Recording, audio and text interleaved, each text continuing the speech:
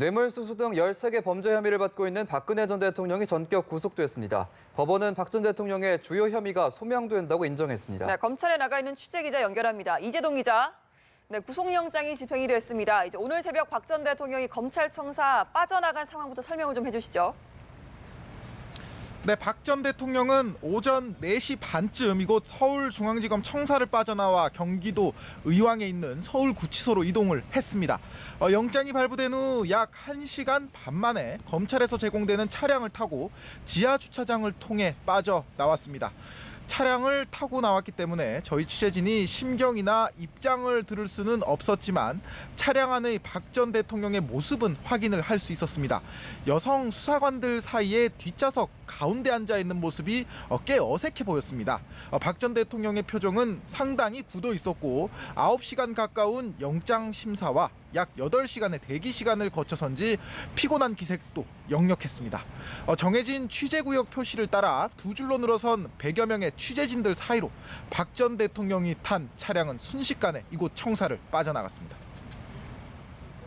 네, 어제 영장 심사가 끝난 후 8시간 만에 박 전 대통령의 구속을 결정한 법원. 구속 사유를 뭐라고 설명했습니까? 네, 박근혜 전 대통령의 구속 영장은 오전 3시쯤에 발부가 됐습니다. 영장 심사를 맡은 강부영 판사는 박 전 대통령의 주요 혐의가 소명되고 증거인멸의 염려가 있어 구속의 사유와 필요성 또 상당성이 인정된다 이렇게 밝혔습니다. 앞서 박 전 대통령은 삼성으로부터 뇌물을 받은 혐의와 문학의 블랙리스트 작성을 지시한 혐의 또 대기업들에게 미르와 K스포츠재단에 강제로 출연금을 내게 한 혐의 등 모두 13가지 범죄의 혐의를 받아왔습니다. 구속영장 발부를 두고 결과적으로 법원도 이를 무겁게 받아들였다는 해석이 나옵니다. 물론 박 전 대통령의 신병 구속을 곧바로 혐의 유죄로 연결 지을 수는 없습니다. 하지만 법원이 이 같은 범죄 사실이 어느 정도는 증명이 된다고 결론을 내린 셈이 된 거죠. 이로써 박 전 대통령은 노태우 전두환 전 대통령에 이어 검찰에 구속된 3번째 전직 대통령이 됐습니다.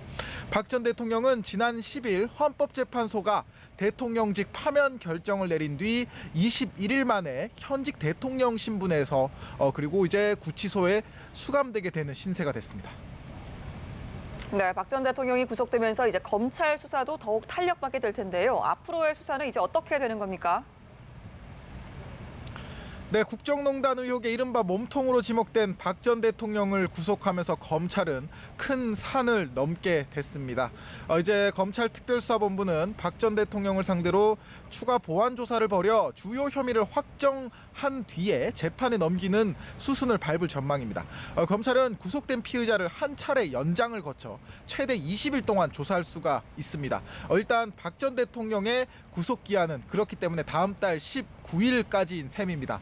검찰은 20일간 삼성 외의 SK나 롯데, CJ 등 다른 대기업의 뇌물 혐의를 밝히는 데 수사력을 모을 것으로 보입니다.